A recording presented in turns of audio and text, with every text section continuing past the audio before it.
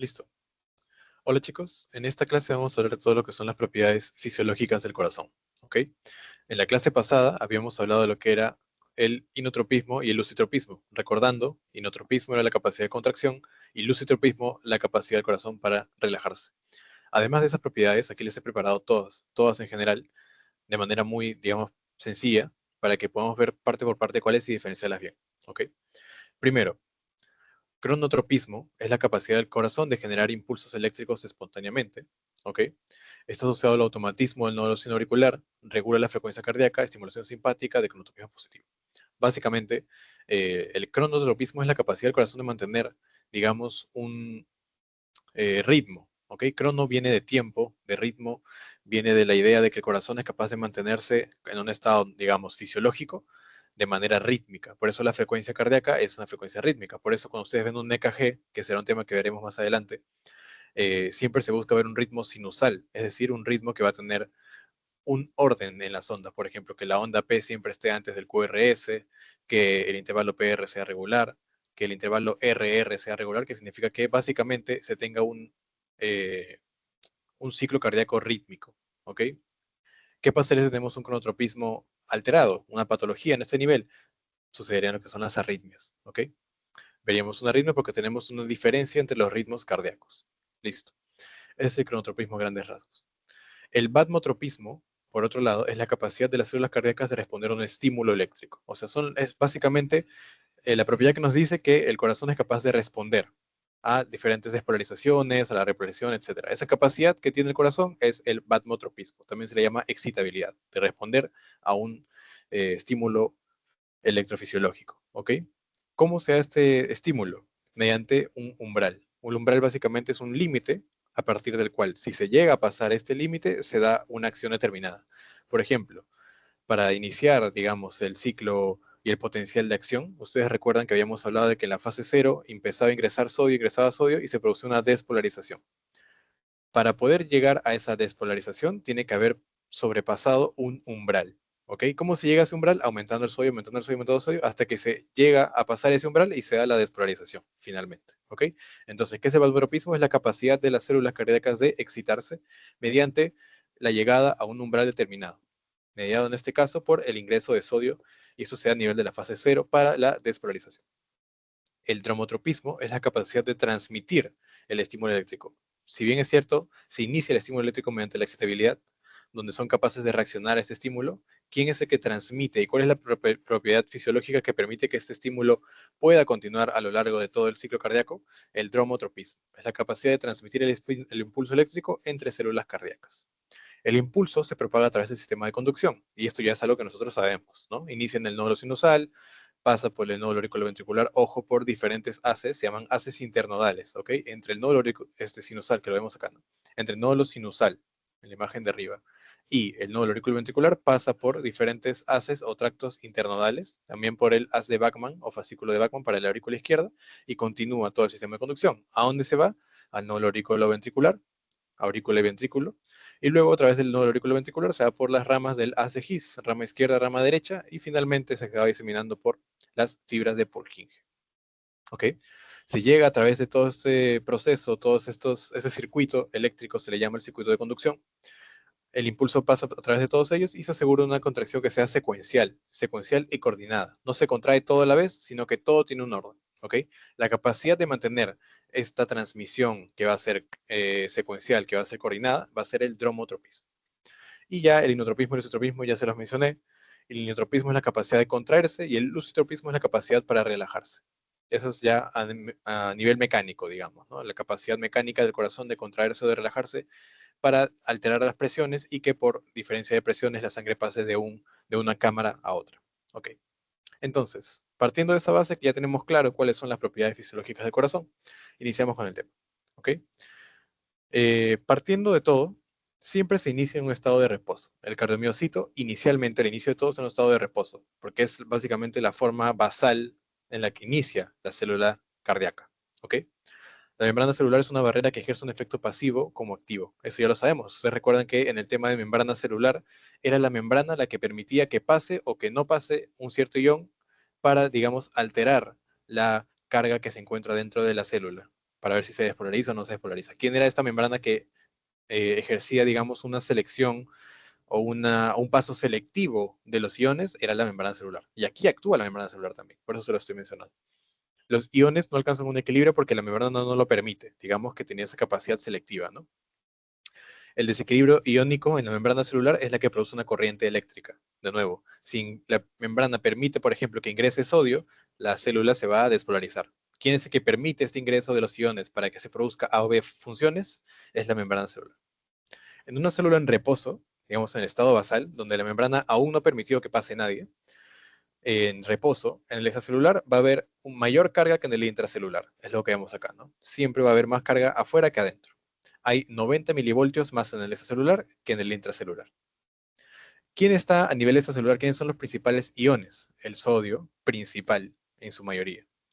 El cloro, también el potasio, también el calcio. Y en el intracelular, ¿quién predomina a nivel de los iones positivos? Ya lo sabemos, el potasio. ¿Ok? El potasio. Ambos están tanto dentro como fuera de la célula, pero uno en más abundancia que el otro. Por ejemplo, en el extracelular, ¿quién predomina? El sodio predomina. También hay potasio, pero predomina el sodio. En el intracelular, ¿quién predomina? El potasio. ¿Significa que no hay sodio? No, también hay sodio en el intracelular, pero quien predomina es el potasio. Aquí está el tema de potencial transmembrana. Básicamente era la capacidad de la membrana de despolarizarse o de generar un potencial eléctrico mediante el paso de iones que van a alterar las cargas que se encuentren, ¿no? Siempre que hay una diferencia entre las cargas eléctricas, va a haber un potencial transmembrana. ¿Okay? Eso es algo que ya sabemos de las primeras partes de fisión, ¿no? Esa capacidad que tiene la membrana de generar un potencial transmembrana al alterar las diferentes cargas positivas o negativas dentro y fuera de la célula. Nuestra primera propiedad fisiológica, la excitabilidad, que era el batmotropismo. Básicamente, y como yo les mencioné, la capacidad del corazón o de las células cardíacas de responder a estímulos eléctricos. O sea, si puede responder a estímulos eléctricos, ese es el batmotropismo. Es gracias a esa propiedad fisiológica. Entonces, ¿cómo responde una célula cardíaca mediante su batmotropismo, su excitabilidad? Produciendo una activación o despolarización, que básicamente se va a dar con el ingreso de sodio. ¿Ok? La membrana celular va a abrir los canales de sodio y es capaz de producir una excitabilidad, una despolarización, una activación. Sinónimos, como quieran lo pueden llamar. Entonces, esta excitabilidad ingresa sodio. Y luego la célula va a tener que recuperarse, ¿no? Ya sabemos que a nivel, digamos, de la parte de homeostasis, siempre que hay un ingreso, por ejemplo, una carga positiva en el intracelular, para que no se mantenga una acumulación, ¿qué tiene que hacer? Salir para mantener este balance, digamos. Cuando ingresa sodio, ¿quién sale para mantener este balance de cargas? El potasio, ¿no? Que también es un ion positivo predominante en el intracelular. Entonces, para la repolarización, ¿qué se abre? Los canales de potasio. Eso es algo que nosotros ya sabemos. Ya lo hemos visto en las clases pasadas, pero básicamente aquí te lo explican de manera más, digamos, más integrada, ¿no? Ya digamos como una propiedad propia, ¿no? Una propiedad misma del corazón para englobar todo esto que nosotros ya conocemos, que es básicamente la capacidad del corazón de despolarizarse, de repolarizarse, de responder básicamente a estímulos iónicos con carga, ¿no? Ese es el potencial de acción, ya lo hemos visto, su fase 0, 1, 2, 3 y 4. A grandes rasgos, la fase 0, ¿qué nos dice? Una despolarización rápida.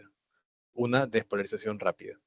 Llegas desde menos 90, o sea, una carga negativa dentro de la célula. Recordemos que en intracelular va a haber menos 90. ¿Por qué? Porque afuera, yo les mencioné que en el extracelular, y lo tenemos acá arriba, en el extracelular hay 90 más. Entonces, ¿qué hay en el intracelular? Menos 90, 90 menos. ¿Ok? Entonces, partimos desde menos 90, que es el estado basal en el intracelular. ¿Para qué? Para que una vez que ingrese el sodio, aumente esa carga. Si está en menos 90, ingresa el sodio, pasa el umbral que tiene que pasar y llega a una despolarización. ¿A qué nivel? Hasta más 25 milivoltios. ¿Eso con qué es? Con el ingreso de sodio. Entonces, a grandes rasgos, Luciano, ¿qué pasa en la fase 0? Se despolariza la célula mediante el ingreso de sodio, que responde a qué capacidad? Al batmotropismo, a la propiedad del batmotropismo. Ahora la célula, ¿qué nos resulta? Con 25 milivoltios. Fase 0. Ahora, en la fase 1, ¿qué pasa? Responde a este ingreso de carga positiva a la célula, manteniendo un balance iónico.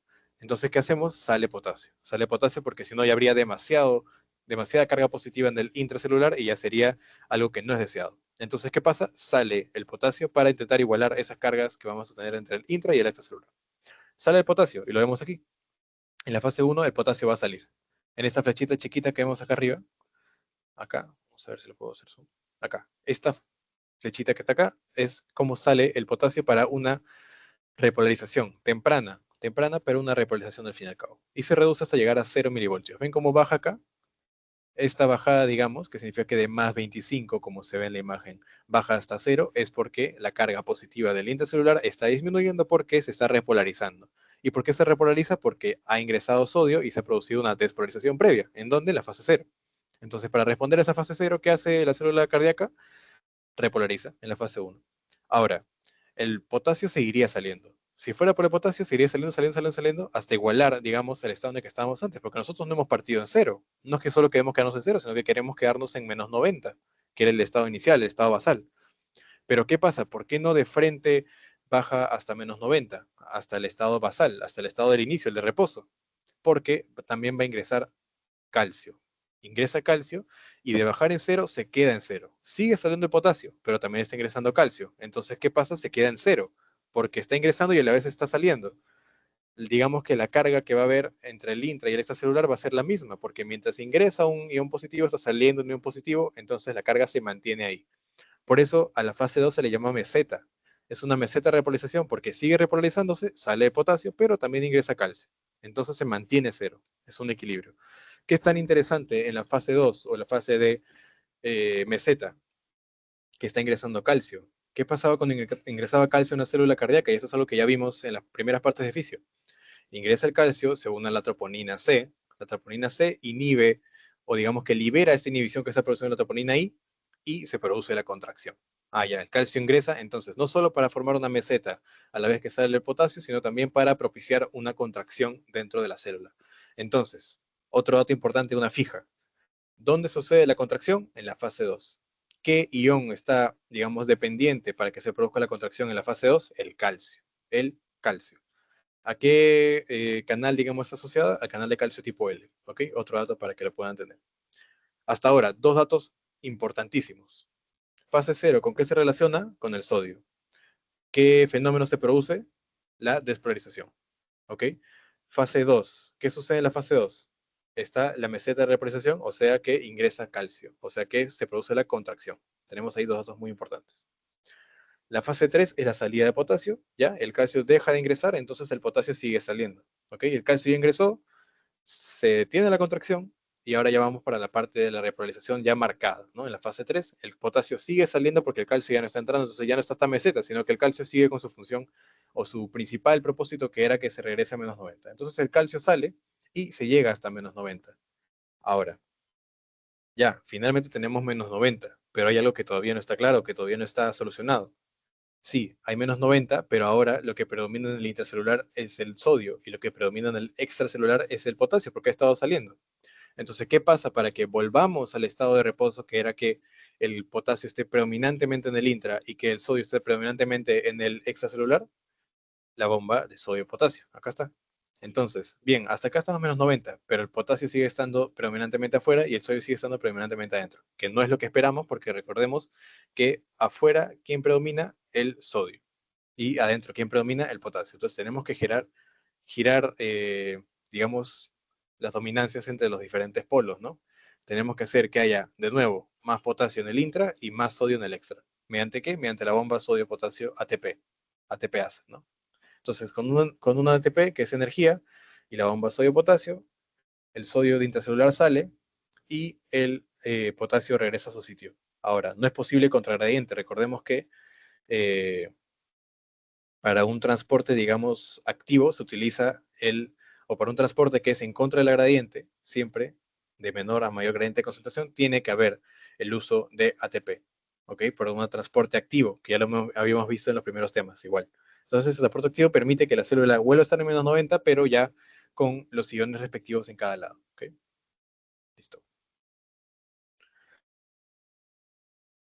Aquí tenemos el acoplamiento, excitación, contracción, mecanismo por el cual el potencial de acción en despolarización condiciona que el músculo, producto del calcio que ha ingresado, se contraiga. Básicamente es lo que yo les había mencionado previamente, de que el hecho de que se pueda despolarizar la célula tiene un orden. Primero se despolariza, luego se da la respuesta contráctil, ¿ok? Eso lo habíamos visto en la clase pasada, que todo tiene un orden. No es que a la vez se da, sino que primero potencial de acción se despolariza, luego ya se da la contracción, la respuesta contráctil, ¿ok? Eso es básicamente. Otro dato, si no tenemos electrolitos, por ejemplo, no tenemos sodio, no tenemos potasio, no tenemos calcio, va a producir alteraciones en el potencial de acción. Todas estas fases son dependientes de los iones. La fase 0 de sodio, la fase 2 de calcio, la fase 3 de potasio y así sucesivamente. ¿Ok? Entonces, ¿qué pasa si no tenemos estos iones? Va a haber una alteración en todos estos potenciales de acción. Por ejemplo, no hay contracción, no hay un orden eléctrico correcto. ¿Y en qué resulta? En un paro cardíaco. ¿Ok? Por eso en los pacientes que, por ejemplo, no tienen buenas cantidades de potasio, no tienen buenas cantidades de sodio, de calcio, hay una gran preocupación de lo que es el paro cardíaco. Otra pregunta, para que ustedes, a ver si estuvieron atentos con los que les mencioné. ¿Qué fase, se los mencioné en la clase pasada, qué fase del ciclo cardíaco, de las fases que tenemos, fase 0, 1, 2, 3, 4, despolarización, repolarización, etcétera? ¿Cuál de esas fases está relacionada a lo que son las arritmias? Y específicamente, ¿qué ion en su, digamos, deficiencia está relacionado a las arritmias? ¿Cuál era? El potasio. ¿Ok? Buen dato para el resto de su carrera. El potasio, cuando está en déficit, es el que te va a producir todo lo que son las arritmias, o en su gran mayoría lo que son las arritmias. ¿Ok? ¿A qué ion, por ejemplo, podría ser una pregunta de su examen? ¿Qué ion está principalmente involucrado en la producción o en la génesis de las arritmias? Y ustedes marcan potasio. Ya lo tienen. ¿Ok? Otro dato, refractariedad del miocito, periodo en el que ningún estímulo puede generar un nuevo potencial de acción. Es el tiempo de recuperación de la excitabilidad celular.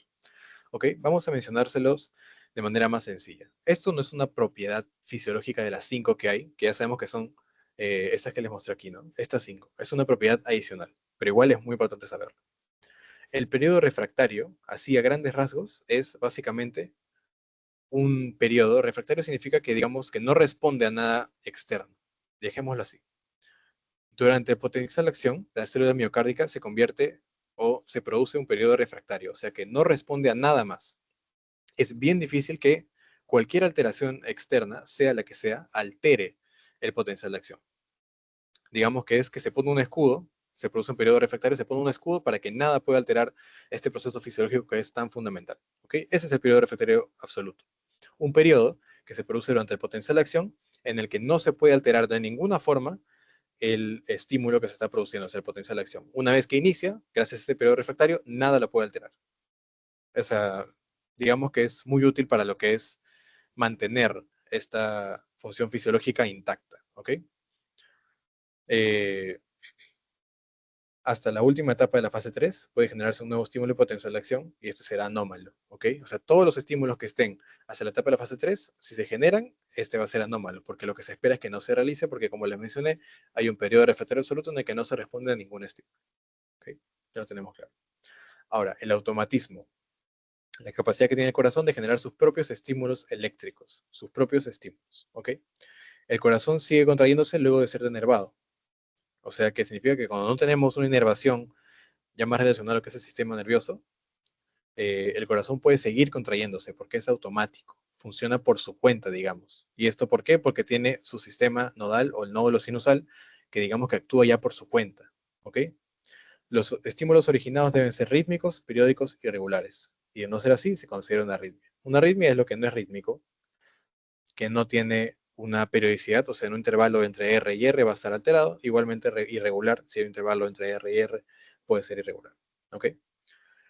El automatismo está a cargo del sistema nodal, o sea, el nódulo sinusal y el nódulo auriculoventricular. Todos estos nódulos que eran, como les mencioné, las diferentes partes del circuito de conducción eléctrica, son lo que va a producir lo que es el automatismo. ¿Ok? El nódulo sinusal está en la aurícula derecha. Dato muy importante, ¿dónde se ubica el nódulo sinusal? En la aurícula derecha, cerca de donde desemboca la vena cava superior. Y tiene células especializadas que sirven como un marcapaso fisiológico. ¿Por qué? Porque es el nódulo sinusal el que es capaz de producir el ritmo. Por eso se llama marcapaso, porque marca el paso, marca el ritmo cardíaco. De manera espontánea, de manera independiente. Por eso que así sea denervado, o sea, así no tenga inervación del resto del cuerpo, igual va a poder seguir funcionando. Funciona de manera independiente, digamos, porque tiene su propia capacidad de producir el estímulo o de conducir el estímulo. ¿Por qué? Por la propiedad del automatismo. ¿Ok?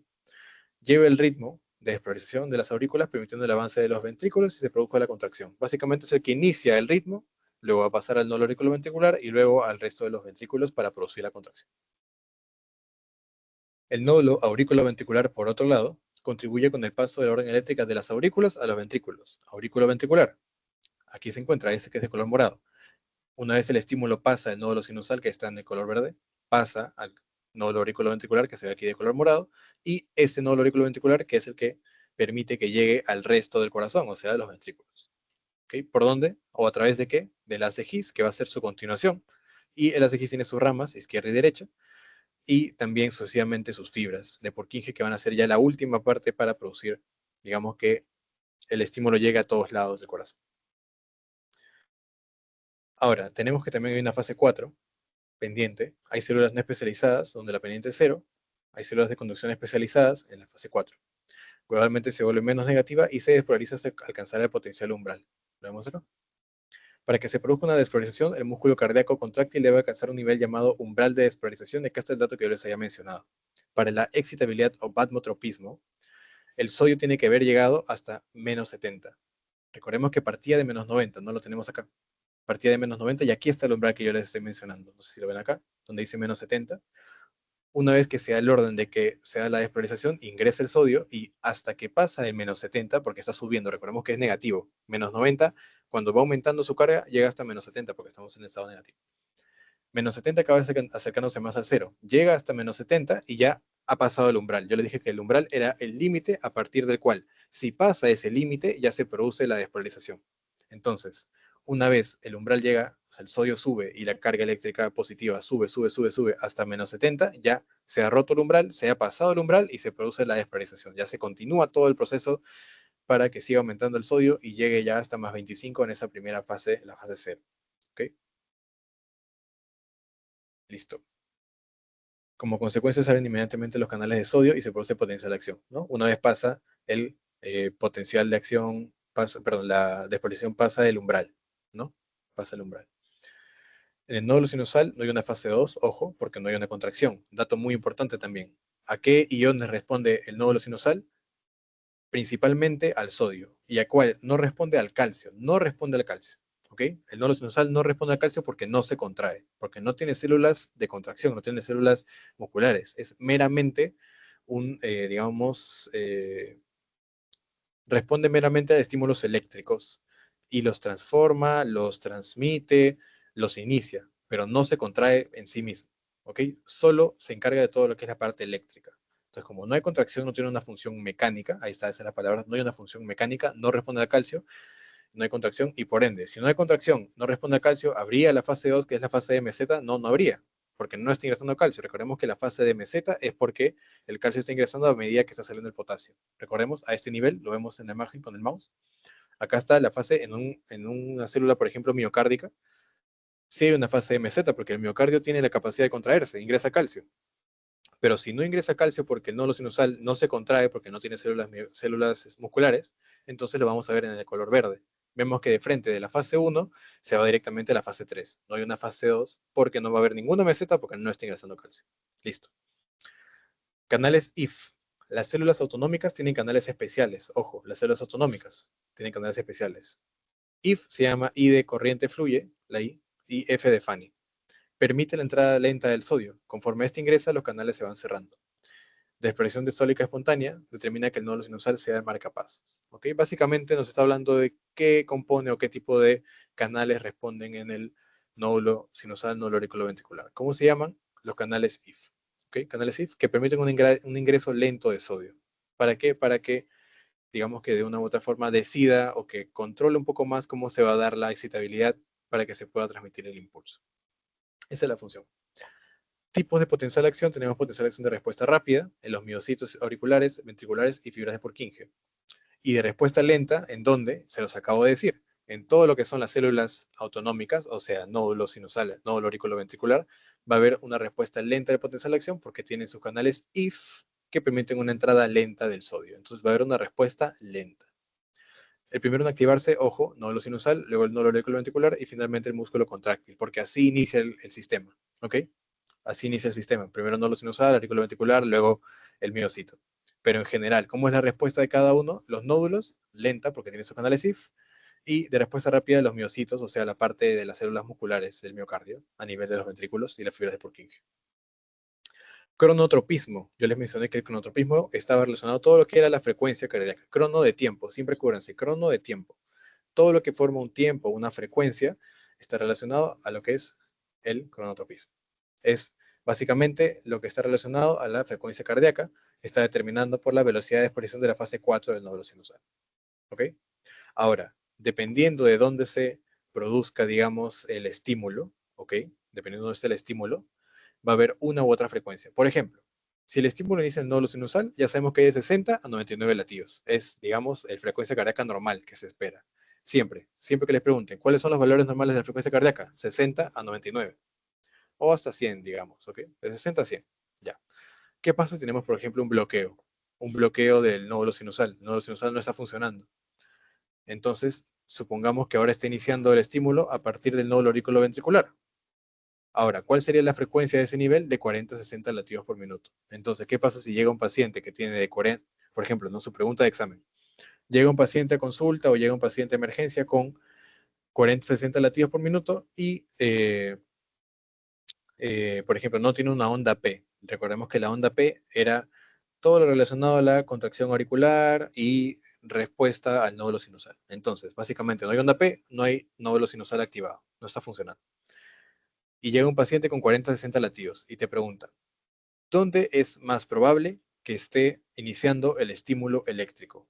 40 a 60 latidos en el nódulo auriculoventricular. ¿Por qué? Porque lo más normal es que esté de 40 a 60 latidos y por otro lado porque no hay onda P y la onda P me determina que hay un nódulo sinusal activándose. Entonces, no hay eso, tenemos que estar iniciándose en la estructura como el nódulo auriculoventricular. ¿Okay? Si el nódulo sinusal falla, pasa a comandar el nódulo auriculoventricular. Siempre, siempre hay un orden, uno reemplaza al otro. Y si esta falla, comienza una fibrilación ventricular. ¿Ok? Comanda la fibra ventricular, el ventrículo empieza a funcionar y ya, como les digo, si se llega a dar una alteración a este nivel, y hay una fibrilación ventricular que básicamente es cuando el ventrículo y la aurícula funcionan de manera desordenada, porque el estímulo no está empezando correctamente y fibrilación auricular, recordemos, es ya la arritmia más peligrosa, digamos, porque es la que conduce a la muerte. ¿Ok? La arritmia que conduce a la muerte es fibrilación ventricular. Recordemos siempre ese dato. ¿Ok? Entonces, ¿cuál es el orden? Primero el nódulo sinusal de 60 a 99 o 100.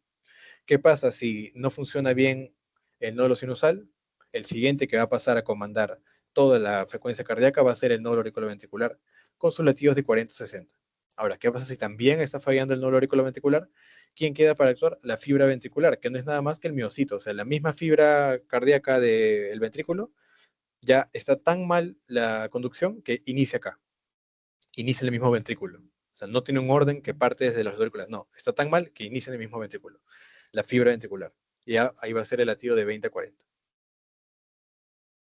Otro dato, la inervación cardíaca. ¿Quién inerva al corazón? Recordemos que el corazón, aparte de que tiene su propia función, digamos, ya lo habíamos visto, automatismo, que era por sus células autonómicas, eran por su nódulo sinusal, por su nódulo auriculoventricular, que cada uno responde por su cuenta, digamos, o independientemente, y que producen su propio estímulo para poder mantener un ritmo. Ya, aparte de eso, también tenemos una inervación, o sea que también hay un control a nivel del sistema nervioso.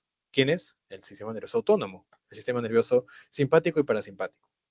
Acá están los nervios simpáticos, los nervios parasimpáticos acá arriba, mediante el nervio vago, y básicamente producen las diferentes funciones. Nosotros ya lo sabemos eso también. Por ejemplo, si estimulamos el sistema parasimpático, ¿qué produciría? ¿Un aumento o disminución de la función cardíaca? Una disminución, ¿no? Una bradicardia, disminuye la velocidad de conducción, disminuye la capacidad de excitación, etc. Eso es el parasimpático, aceticolina. ¿Qué pasa si se le da o se estimula al simpático? Aumenta la fuerza de contractibilidad, aumenta la velocidad de conducción, aumenta, eh, ¿qué más aumentaría? Por ejemplo, la frecuencia cardíaca, ¿ok? Todo lo que es un estímulo excitatorio a nivel del simpático. Por ejemplo, ¿por qué vemos, no sé, en las películas, por ejemplo, o por qué se le da a un paciente adrenalina cuando tiene una función o una se le ve que no hay una bradicardia, ¿no? De manera un poco más ya a la parte de emergencia, ¿no? Porque es cuando el paciente está con una bradicardia, cuando está con el corazón funcionando más lento, etcétera. ¿Por qué es la adrenalina? Porque la adrenalina estimula los nervios simpáticos y recordemos, el simpático con sus receptores beta 1 producen aumento de la fuerza contráctil, básicamente una excitación total de lo que es el corazón, en el simpático.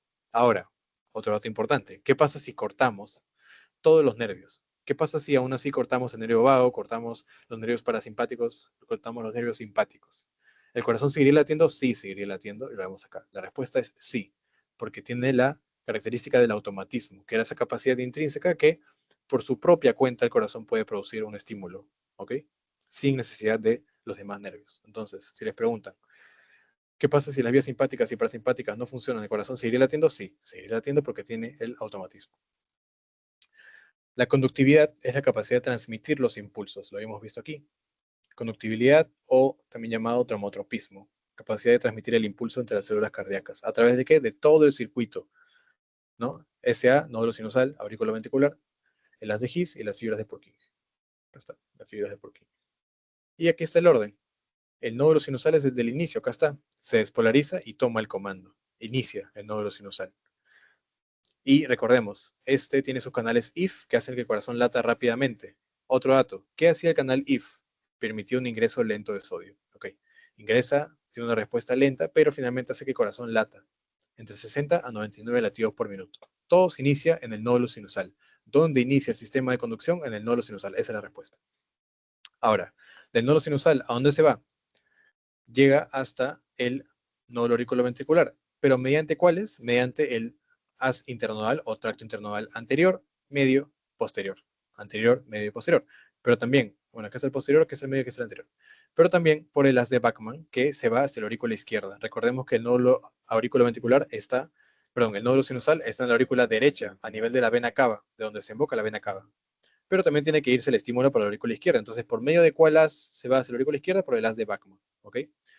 Todos esos llegan al nódulo aurículo ventricular y a través del mismo tienen que irse al resto del corazón, ¿ok?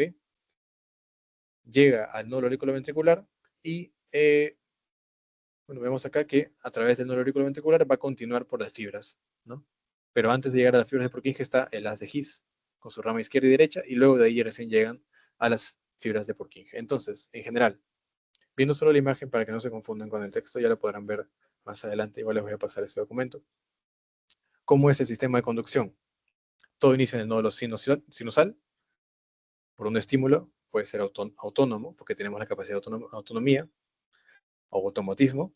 Inicia, se va por el tracto internodal anterior, medio, posterior y por el haz de Bachmann si se quiere ir al aurículo izquierdo. Llegan al nódulo auriculoventricular y a través del mismo se van hacia el haz de His. Este es el haz de His. Todo este trayecto de acá, el que está a nivel de los ventrículos, no sé si se ve mi mouse, pero igual lo pueden ver señalado. Se va por el haz de His y a través del haz de His se va hacia dónde? Hacia sus ramas izquierda y derecha. La rama izquierda, ventrículo izquierdo, la rama derecha, ventrículo derecho. Y finalmente, para continuar su diseminación, para continuar su trayecto a nivel de los ventrículos, se van por las fibras de Purkinje, que ya ahí ya llegan hasta la última parte que sea necesaria para su contracción. ¿Ok? Ese es todo el orden, básicamente. Y listo, chicos. Esas son todas las partes, digamos, o las propiedades fisiológicas del corazón. Igual, nuevamente tenemos acá básicamente un resumen de todo lo que hemos visto. Y nos vemos en la siguiente clase para lo que es el electrocardiograma. ¿Ok? Muchas gracias, chicos.